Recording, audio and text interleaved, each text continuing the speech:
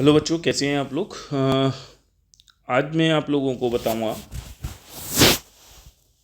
Experiment 3 के बारे में, जो है to find the focal length of the convex lens by plotting the graph between u and v और between 1/u and 1/u v. देखिए कौन कौन से एपरेटस की रिक्वायरमेंट पड़ेगी, ये लिखना है, एम लिखना है आपको। जो भी एपरेटस यूज होंगे वही लिखने हैं बच्चा, थ्योरी लिखनी है, ठीक है यहाँ तक। उसके बाद ये डायग्राम बनाना है आपको, रे डायग्राम। उसके बाद ये जो रीडिंग दे रखी है देख लीजिए, 35, 34, 33, 32, 31, 30। ये ओ का मतलब होता है ऑब्जेक्ट, निडल रखेंगे। एल का मतलब लेंस, लेंस जिस पोजीशन पे फिक्स करेंगे ये वो पोजीशन होगी। इमेज निडल जहाँ जहाँ रखेंगे वो पोजीशन दे रखी हैं। 80, 76, 74, 72.5, 71, 69 ये सारी पोजीशन दे रखी हैं बेटा, कहीं कोई प्रॉब्लम नहीं आएगी। 22.5 है ये। और यू और वी कैसे निकलेगी आपको पता है, एल इंटू ए, मतलब ऑब्जेक्ट और लेंस के जो बीच की डिस्टेंस होगी ना, ठीक, उसको बोलेंगे ऑब्जेक्ट डिस्टेंस, जो होगी 50 - 35 करोगे तो -30 -15 इसलिए लिया है बेटा, क्योंकि जो यू होता है तुम्हारे को पता है कि जो ऑब्जेक्ट होता है कॉन्वेक्स लेंस में, अगर हम देखें ध्यान से सुनिए, आपको पता है कि अगर हम ऑब्जेक्ट को रखते हैं तो हम लेंस के सामने रखते हैं फ्रंट में, और जो यू होता है वो हमेशा लेफ़्ट साइड में जो मेजर करेंगे, या कह सकते हैं रेस के अपोजिट डायरेक्शन में हम मेजर करते हैं कोई भी डिस्टेंस, वो कैसी लेते हैं, नेगेटिव लेते हैं। तो यू की वैल्यू कैसे लेंगे आप, नेगेटिव कंसीडर करेंगे, ठीक है। ये चीज़ को आपको ध्यान रखना है इसमें, ठीक।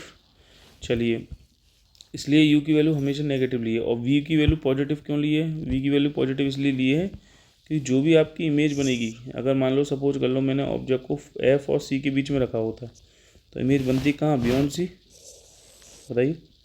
यही तो बनती इन्वर्टेड इमेज। तो ये जो इमेज बनती ये कहाँ बनती, बियॉन्ड सी, नन, ठीक है। क्योंकि इसका अगर सेंटर ऑफ कर्वेचर ये पहले वाला है कि, तो इसे C1 लिखेंगे, इसे C2 लिखेंगे, इसे F2 लिखेंगे, और यहाँ पर होगा ये जो होगा ये F1 होगा, सही है। ये ध्यान रखना है, चलो कोई दिक्कत नहीं है, ठीक है। ठीक, तो आप ये देख रहे हो इमेज डिस्टेंस जो है वो हमने किधर ली है, रेस की डायरेक्शन के अलोंग, तो इसलिए वी की वैल्यू कैसी ली है, पॉजिटिव ली है। तो इसलिए यहाँ पर सारी वी की वैल्यू कैसी है, पॉजिटिव से, ठीक है। ये है, और वी है क्या, एल आई। एल आई क्या है, लेंस और इमेज निडल के बीच की डिस्टेंस, जो लेंस जो प्लेस करोगे और जो इमेज की पोजीशन होगी, ठीक है, उसको सब्ट्रैक्ट कर देना है, वहाँ से आपको क्या मिल जाएगी, इमेज डिस्टेंस मिल जाएगी, जो कि पॉजिटिव लेनी है। उसके बाद देखिए 1/u कर देना है, u जो v निकाली है यही u v यहाँ पर लिख दिए जैसे है, ऑब्जर्व करेक्ट डिस्टेंस भी यही है। 1/u हमने इसका डिवाइड करके लिख दिया है, ये वैल्यूज़ जितनी भी हैं।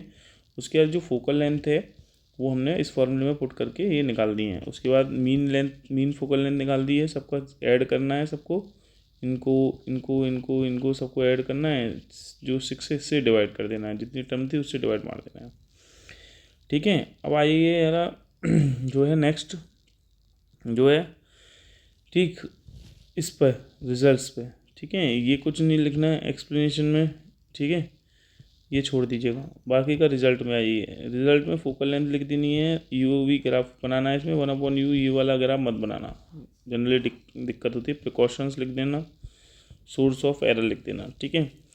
कैलकुलेशंस, एक हेडिंग डाल देना कैलकुलेशंस, और उसमें कैलकुलेशन करके दिखा देना, ये जो कैलकुलेशन करी हुई हैं इनको थोड़ा सा करके दिखा देना, ठीक है, जो ज़रूरी हैं आपके उस पर। अब देखते हैं एक्सपेरिमेंट को समझते क्या है, समझते हैं एक्सपेरिमेंट को। इसका रे डायग्राम आप देख ही रहे हैं, ठीक है। ऑब्जेक्ट को मैंने एफ और सी के बीच में रखा है, तो इमेज कहाँ बनी है, बियॉन्ड सी बनी है। और देखो बिल्कुल जो है आपको रियल और इन्वर्टेड इमेज दिख रही है, ये है, इसकी टिप पर टिप मिलनी चाहिए, जैसे टिप है देखो ऐसी टिप है, इस पर टिप पर टिप मिलनी चाहिए, ठीक है, एक पर्टिकुलर पोजीशंस पे जहाँ भी आप रखोगे, ठीक। तो इसको हम एक्सपेरिमेंट के बेहाव पे समझ लेते हैं, ठीक, ध्यान से सुनिए।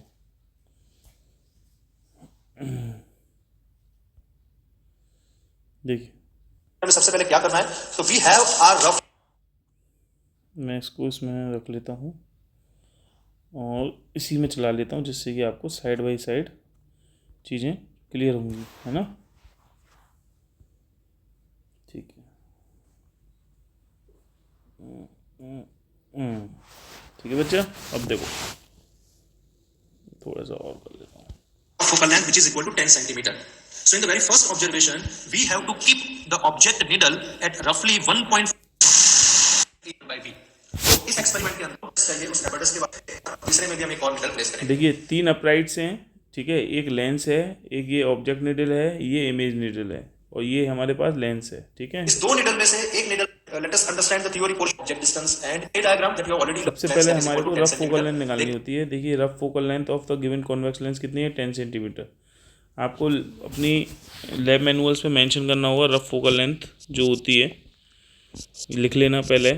रफ फोकल लेंथ किसकी, ऑफ कॉन्वेक्स लेंस, ये होती है बेसिकली 10 सेंटीमीटर। और ये कैसे आती है, ये मेंशन करनी है अपनी लैब मैनुअल्स में, ठीक है।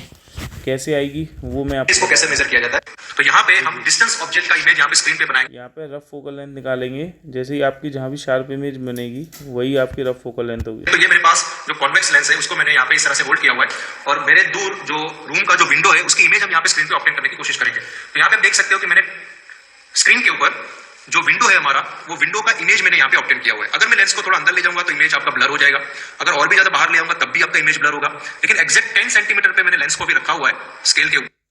तो एग्जैक्टली 10 सेंटीमीटर पर आपको जहाँ पे शार्प इमेज मिलेगी वही आपकी रफ फोकल लेंथ होगी, ठीक है। चलिए ठीक है, अब हम जो भी रीडिंग्स हैं सबसे पहले देखिए हम ऑब्जेक्ट को कहाँ, लेंस को कहाँ प्लेस करेंगे, फिर ऑब्जेक्ट को और निडल को, ये देखते हैं। और जो image focal okay, this is the position of the lens that should be remain fixed throughout the experiment. तो let's come to the observation 50 पे एग्जैक्टली स्टेबल करके रखा हुआ है। ओके, सो दिस ये जो हमने अपना लेंस है, पोजीशन ऑफ द 50 वाला मेजरमेंट है। On the three uprights we have lens and two needle. Now सबसे पहले हमें सेंटर वाले uprights के ऊपर लेंस को फिक्स करना है। ये जो सेंटर वाला अपराइट्स है इस पर लेंस को फिक्स कर दिया है। अब इस लेंस को हम एक पर्टिकुलर पोजीशन पे फिक्स करेंगे ऑप्टिकल बेंच के ऊपर। जैसे हमने यहाँ पे इसको 50 सेंटीमीटर की जगह पे फिक्स किया हुआ है, आप यहाँ पे देख सकते हो। तो ये आपका 50 वाला मेजरमेंट है। तो मेरा जो लेंस है उसको मैंने 50 पे एग्जैक्टली स्टेबल करके रखा हुआ है। Okay, so this is the position of the lens. Okay, this is the position of the lens that should be remain fixed throughout the experiment. तो let's come to the throughout the experiment ये है बेटा, देखिए इधर ये जो readings हैं पूरे थ्रू आउट द लेंस की पोजीशन में कोई चेंज नहीं है, 50 पे ही है, ठीक है। सारे केसेस में देख लीजिए लेंस की पोजीशन में कोई चेंज नहीं है, फिक्स पे है पूरी थ्रू आउट, ठीक है। नेक्स्ट देखिए observation part.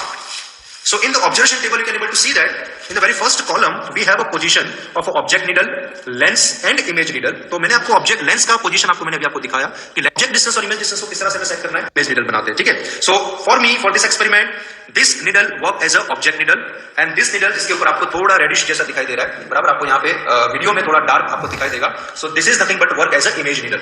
ओके, तो हमारे लिए लेफ्ट हैंड साइड में इमेज नीडल है और यहाँ पे राइट हैंड साइड में ये वाला जो नीडल है बिल्कुल एसएस का, वो हमारे लिए ऑब्जेक्ट नीडल का काम करेगा।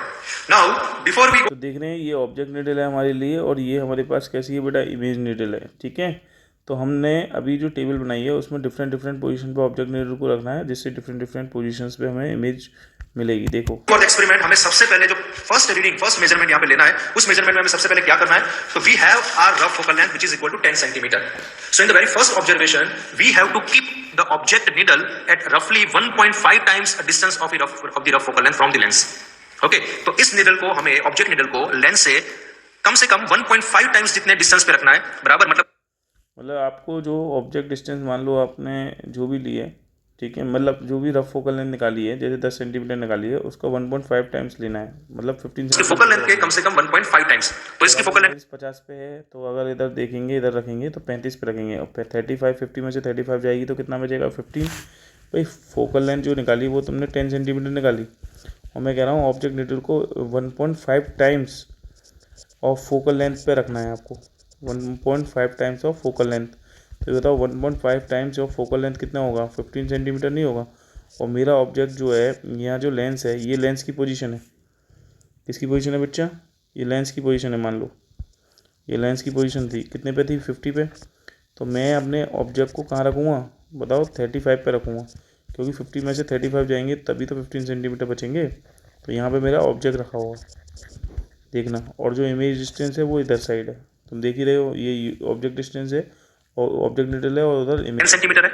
तो उसका 1.5 टाइम्स होगा आपका 15 centimetre. So for the first reading this needle should be kept from the lens about 15 centimetre. तो हमारा जो लेंस का जो पोजीशन है वो 50 था, as I already told you, और वहां से मुझे 50 सेंटीमीटर पे ऑब्जेक्ट को रखना है, तो दैट मस्ट बी ऑन 35. तो यहाँ पे हमने 35 को रखा हुआ है, तो ये 35 और ये 50, तो आप देख रहे हैं अब 35 पे हमने किस पे रखा है, ऑब्जेक्ट को रखा है.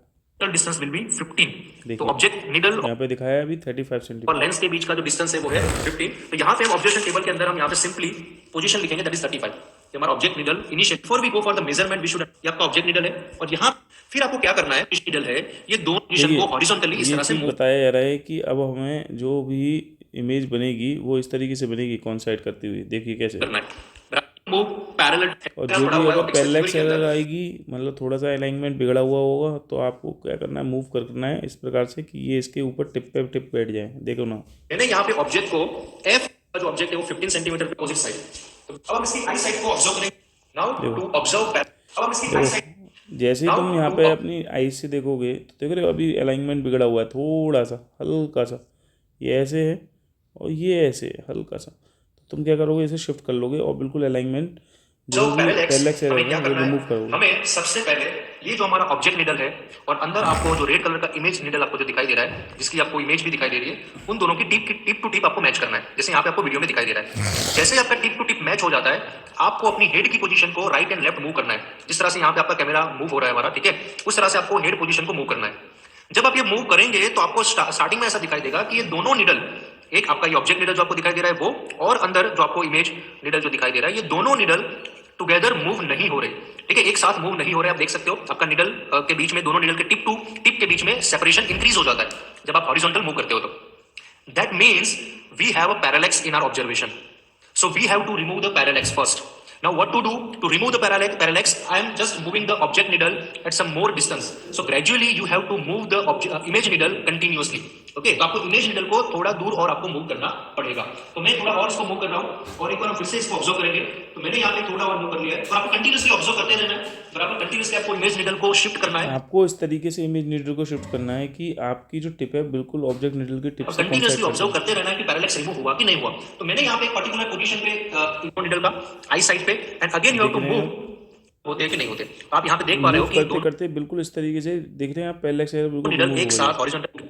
तो इसका मतलब ये हो गया कि हमारा जो फर्स्ट ऑब्जेक्ट डिस्टेंस जो हमने सेट किया था, that is 35 centimetre, okay, at position on the optical bench, उसके लिए हमें फर्स्ट इमेज डिस्टेंस का ऑब्जर्वेशन हमें मिल चुका है. तो इस इमेज डिस्टेंस के ऑब्जर्वेशन को हम यहाँ से ऑब्जर्व करेंगे from the optical bench. Distance है वो देख लीजिए, that is like 80. So 80 you can see that. तो यहाँ पे हमारा, इसको थोड़ा क्लोजली हम ऑब्जर्व करते हैं. Okay, so it's 80. So that is nothing but the position of the image needle. So देखिए 80 सेंटीमीटर पे है. अब जो इमेज मिली है आपको वो 80 पे मिली है, मतलब यहाँ कहीं मिला है अप्रोक्स 80 पे. तो 80 में से 50 जाएंगे तो कितना बचेगा, 30 मिलेगा. बताओ. तो ऑब्जेक्ट जो है देखो, फोकस और सेंटर ऑफ कर्वेचर के बीच में रखा था. यहाँ से फोकल लेंथ कितनी थी इसकी, 10 सेंटीमीटर, और सेंटर ऑफ कर्वेचर कितना होता है 10, और ये 20 centimetre. Radius of curvature 20 centimetre होती है. तो देखो हमने जो ऑब्जेक्ट को रखा था यहाँ रखा था, तो मतलब हमने कहाँ रखा था, फोकस और सेंटर ऑफ कर्वेचर के बीच में. ठीक है, और देखो इमेज जो बनी है वो 20 सेंटीमीटर से ऊपर बनी है, मतलब 30 सेंटीमीटर बनी है. यहाँ बनी है 80 पे जाके 30 सेंटीमीटर है, तो ये बियॉन्ड सी बनी है. समझ में आ गया नहीं है. ठीक है, देखो इन द ऑब्जर्वेशन टेबल. तो ये हमारा ऑब्जर्वेशन टेबल है जिसमें हमारा ऑब्जेक्ट का जो पोजीशन है, ऑब्जेक्ट का पोजीशन, और हमने ऑब्जेक्ट को जो इनिशियल पोजीशन पे ऑब्जेक्ट नीडल को जो प्लेस किया था at 1.5 times the rough focal length at 1575.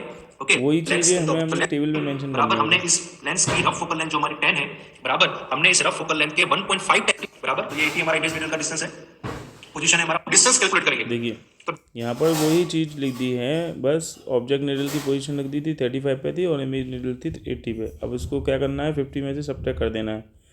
ठीक है, डिस्टेंस का मतलब क्या होगा, तो लेंस की पोजीशन है हमारी -15 और +13. माइनस क्यों लगाया मैंने बता दिया था. ऑब्जेक्ट जो होता है लेंस के सामने होता है, इमेज जो बनती है वो रेज की डायरेक्शन के अलॉन्ग बनती है, इसलिए वी पॉजिटिव था. और ऑब्जेक्ट होता है तो we have to use the minus sign. Similarly for your image distance, तो इमेज आपकी फॉर्म हुई ऑप्टिकल बेंच पे 80 सेंटीमीटर पे, ऑब्जेक्ट लेंस आपका. Again you have to shift this object needle. देखिए फिर से ऑब्जेक्ट को हम क्या करेंगे, शिफ्ट करेंगे थोड़ा सा. देखिए that is 1 centimetre away from the lens. इसका डिस्टेंस हम थोड़ा इंक्रीज करेंगे, हम हल्का सा 1 मीटर अवे ले जाएंगे फ्रॉम द लेंस से. ठीक है, तो अब देखिएगा ध्यान से, right now this distance is 15 centimetre, हम इसको इंक्रीज करके 16 करेंगे तो 35 पे है, तो हम अब हम 35 से अभी तो क्या कर रहे थे, बात कर रहे थे, ये लेंस की पोजीशन थी बच्चा, 50 पे लेंस रखा था, अब 35 से 36 पे ले आएंगे, सही है। तो देखो आप ध्यान से, थोड़ा दूर ले जा रहे हैं, नाउ इट इज ऑन 34, ये हमारा दूसरा रीडिंग है 34। ओके, तो हमने ऑब्जेक्ट डिस्टेंस को 1 सेंटीमीटर बाय 1 सेंटीमीटर हमने इंक्रीज किया हुआ है। सो मैं देखिए 34 पे लेके हैं, 34 मतलब क्योंकि एक्चुअली इधर साइड से जीरो है ना बच्चा, जब मैं इससे इधर ले जाऊँगा, इससे इधर ले जाऊँ, पहले 35 के बाद इधर आएगा 34, क्योंकि इधर जाने पे जीरो घटते आ रहे हैं, जीरो होगा इधर साइड, इसलिए यहाँ पे 34 लिखा है, क्योंकि अभी फ्रॉम द लेंस ले गए हो तुम कहोगे इधर 36 आना चाहिए, इधर साइड जीरो होगा ना, इसलिए 35 के बाद 34 बोला है इन्होंने, ठीक है। Position for the object distance is, और इधर साइड जो है देखो, इधर साइड जो है 100 होगा, 0 से 100 ही तक तो आपको बताया सूटेबल स्केल पर डिविजन्स होते हैं, तो इधर साइड होगा, उधर साइड आपको 80 पे रखा था, अब देखना कितने पे रखे मिलेगा। अगर आप ऐसा करते हो तो उसके बाद क्या होगा, तो आपने जो ऑलरेडी पैरेलैक्स को रिमूव करके रखा था वो डिस्टर्ब हो गया for the second set of observation. So if you again look at the object needle and image needle, okay, then the parallax is now it is disturb, क्योंकि आपका object needle का जो पोजीशन है, अब जैसे ही shift किया है, अब देख रहे हो हल्का सा गैप आ गया, देखो निडल जो थी ऐसी थी, हल्के से आपने शिफ्ट कर दिया ऑब्जेक्ट निडल को, यहाँ से पहले यहाँ पे थी, अब ऑब्जेक्ट को तुम यहाँ ले आए 34 पे ले आए, 35 पे थी पहले 34 पे ले आए, तुरंत आपने देखा कि इसमें से पैरेलैक्स जो एरर थी वो आ गई, देखो आ गई, नहीं आ गई। अब मुझे इसको एरर को दूर करना है, कैसे करूँगा, इंक्रीज किया हुआ है। So my next position for the object distance is 34, बराबर। देन अगर आप ऐसा करते हो तो उसके बाद क्या होगा, तो आपने जो ऑलरेडी पैरेलैक्स को रिमूव करके रखा था वो डिस्टर्ब हो गया for the second set of observation. So if you again look at the object needle and image needle, okay, then the parallax is now it is disturb, क्योंकि आपका object parallax देख रहे हो, जो पोजीशन है, देखो ये देखो, ये देखो, दिख रहा है हल्का सा देख रहे हैं आप, यहाँ पे शिफ्ट हो गया, अब हो रहा है, यहाँ पे आप देख रहे हो कि किस तरह से इसको दोनों रिमूव नीडल करना है, एट इसके द लिए as image at the corner of the needle lens को क्या सेपरेट करना हो पड़ेगा, स्लाइड करना पड़ेगा। तो देखो इमेज नीडल जो स्लाइड होगी वो किस तरीके से होगी, means your parallax is disturb, आपको इसको थोड़ा और नजदीक मूव करना है टुवर्ड्स द लेंस। तो मान लो मैं कोई रैंडम पोजीशन पे लेके धीरे, अब इमेज नीडल को टुवर्ड द लेंस लेके आना है, पहले कहाँ था, पहले था 80 पे, ध्यान रखना, अब टुवर्ड द लेंस लेके आना है, तो टुवर्ड द लेंस लेके आओगे, ये तो लेंस है, यही तो लेंस था, टुवर्ड द लेंस लेके आना, जिससे कि एरर दूर होगी, ये जो पैरेलैक्स है। इसको नजदीक लेके जाऊंगा और साथ में ऑब्जर्व भी करते रहेंगे कि किस तरह से पैरेलैक्स रिमूव हो रहा है कि नहीं हो रहा है। तो मान लो मैंने कोई पोजीशन पे लाके रखा, बराबर, और अगर हम इसको ऑब्जर्व करेंगे तो देखते हैं ये पैरेलैक्स रिमूव हुआ कि नहीं हुआ। देखो बिल्कुल पैरेलैक्स रिमूव हो गया, इट इज नॉट रिमूव्ड, ठीक है, so again you can slightly हल्का सा रह गया है, okay, this you have to continuously observe, continuously आपको ऑब्जेक्ट इमेज नीडल को मूव करते रहना है टुवर्ड्स द लेंस, और आपको जो सेकंड ऑब्जर्वेशन है उसमें अगेन आपको पैरेलैक्स को रिमूव करना है, बराबर, जो हमने आपको फर्स्ट ऑब्जर्वेशन में सिखाया कि किस तरह से पैरेलैक्स रिमूव कर सकते हो, बराबर। तो यहाँ पे आपका पैरेलैक्स रिमूव नहीं है, जिस पॉइंट पे आपका पैरेलैक्स रिमूव हो जाता है, ओके, जिस पॉइंट पे आपका पैरेलैक्स रिमूव हो जाता है, फॉर एग्जांपल वो पॉइंट आपका बन जाता है नेक्स्ट इमेज डिस्टेंस, ओके, तो यहाँ पे इसका हाइट भी, ओके, तो यहाँ पे हमारा सेकंड क्वेश्चन बन जाता है from the optical bench that is equal to 76, 76 पे बन गया, तो 76 पे हमारा, ओके, तो यहाँ पे हमारा सेकंड क्वेश्चन बन जाता है from the optical bench that is equal to 76। तो देखिए 76 पे बना है, मतलब इमेज जो है आपने 76 पे देखी थी, तो 76 में से 50 सब्ट्रैक्ट कर दीजिएगा, ठीक है, तो ये हो जाएगा तुम्हारा 26, ठीक है, कितने पे, 26 पे, तब भी 20 से ज़्यादा है, क्योंकि अभी भी ऑब्जेक्ट जो है बियॉन्ड सी है, यहाँ पे इमेज जो है बियॉन्ड सी रखी गई है, ठीक है, और इमेज जो बनी है अभी भी बियॉन्ड सी बनी है ना मेरे भाई। देखो तुम्हें पता है ना, जब भी कभी ऑब्जेक्ट को फोकस कॉन्वेक्स लेंस के केस में अगर हम बताएं, मैंने अभी बताया था ना आपको, जब भी ऑब्जेक्ट को हम फोकस और सेंटर ऑफ कर्वेचर के बीच में रखते हैं तो इमेज बियॉन्ड सी बनती है। इसकी फोकल लेंथ कितनी थी, 10 सेंटीमीटर थी रफ फोकल लेंथ, तो जाहिर सी बात है रेडियस ऑफ कर्वेचर जो होगी कितनी होगी, 20 सेंटीमीटर होगी। तो हमने जो ऑब्जेक्ट को रखा था पहले 15 सेंटीमीटर पे, उसके बाद जो है हल्का सा 16 सेंटीमीटर पर कर दिया, तो हम रखे तो एफ और सी के बीच में, और इमेज पहले कितने पे मिली थी, 30 पे मिली थी, कितने में मिल रही है, 26 पे मिल रही है। तो जाहिर सी बात है जो इसकी रेडियस ऑफ कर्वेचर है वो तो 20 सेंटीमीटर है, क्योंकि फोकल लेंथ 10 सेंटीमीटर थी, तो मिल तो इससे ऊपर रही है ना। इसका मतलब आर क्या होता है, एट सी पे ही तो होता है, सी से पोल की जो दूरी होती है उसी को तो सेंटर ऑफ कर्वेचर कहते हैं, तो उससे तो ज़्यादा ही मिल रही है ना, 26 सेंटीमीटर नहीं देख रहे, इमेज डिस्टेंस मिल रही है। 76 पे बन गया, तो 76 पे हमारा ऑब्जर्वेशन बन चुका है यहाँ पे, तो ये हमने नोट डाउन कर दिया, इमेज नीडल का position 76, again the object distance is 16, क्योंकि हमने 1 सेंटीमीटर को इंक्रीज किया था, and image distance that is nothing but the 50, 76 minus 50 that is equal to 26, हो जाएगा third set of observation. Needle का पोजीशन जब चेंज करें 35 से लेकर 30 डिफरेंट पोजीशंस को सेट कर लेना है और एब्जॉर्ब कर लेना है। इसके बाद ये ग्राफ देखना है मेन चीज निकालने के लिए, because the object distance is always negative, the image distance is positive. तो यहाँ पे हमारा एक्स एक्सिस पे हमें ऑब्जेक्ट डिस्टेंस लिखना है सेंटीमीटर में, वाई एक्सिस में हमने यहाँ पे इमेज डिस्टेंस रखा है। अब by looking at the reading, जो आपको पता है, आप ऑलरेडी ग्राफ जानते हो बराबर, तो by looking at the reading हमने यहाँ पे स्केल सेलेक्ट किया हुआ है 246 अप टू 24, मतलब कि 1 unit is equal to 2 centimetre. Similarly, on the y-axis also we have chosen the scale, same scale, 1 unit is equal to 2 centimeter. Okay, तो अब हमारे पास जो रीडिंग्स है हमारे, for the 15 centimeter I have a plus 30. Okay, so like for 15 I have plus 30, तो ये मेरा पहला प्लॉट बन जाता है। उसी तरह से हमने सारे के सारे रीडिंग को यहाँ पे प्लॉट किया हुआ है। The graph will be like a curve. जब हमारा कर्व ग्राफ बन जाता है तो हमें we have to connect all the dots together and then from the position O, means from the center we have to make one line at 45 degree. तो हमने यहाँ पे 45 डिग्री पे एक लाइन को कनेक्ट किया हुआ है and then we have to intersect two point, means two intersection point, one on the Y axis let me call as a C and another on the X axis let me call as a B. तो यहाँ पे हमें vertically दो points बनाने, intersect करवाना इसको, एक Y axis पे सी पे मिलेगा, एक बी पर मिलेगा। Now what is the equation from the graph? तो इक्वेशन हमारा ये है कि that focal length is equal to OB by 2। तो OB मतलब O to B डिस्टेंस, तो यहाँ पे आप डिस्टेंस देख सकते हो, it is around 19.5। So 19.5 divide by 2, so my first focal length from the graph is 9.7 centimetre. Similarly we can have a calculation like OC by 2, तो दूसरा भी हम यहाँ से भी ले सकते हैं along the B axis, तो OC by 2 and that is equal to 20 by 2 around 10 centimetre. तो हमारे पास दो फोकल लेंथ हमें मिल गई बराबर। अब इस दोनों का एवरेज ले लेते हैं तो हमारा जो फोकल लेंथ मिलता है from the optical bench experiment, from the calculation and from the graph, that is equal to 9.8 centimetre. तो ये हमें फोकल लेंथ मिला बाय द प्रैक्टिकल 9.8 सेंटीमीटर, और हमारा जो रफ फोकल लेंथ था जो मैंने आपको ऑलरेडी बताया दैट इज अराउंड 10 सेंटीमीटर। तो हमारा रफ फोकल लेंथ तो देखिए 9.8 और और हमारा 10 ग्राफ में में से तो मिलने बहुत वाला ज़्यादा फोकल अंतर लेंथ नहीं है। ऑलमोस्ट क्लोज है, ऑलमोस्ट करीब है, means our experiment is correct. तो इस तरह से हम ये एक्सपेरिमेंट हमारे को इस तरीके से परफॉर्म करना है और इस तरीके का एक ग्राफ बनाना है, खाली u और v के बीच में बनाना, 1/u और 1/v के बीच में मत बनाना, ठीक है। आई होप आपके समझ में आया हुआ। Thank you.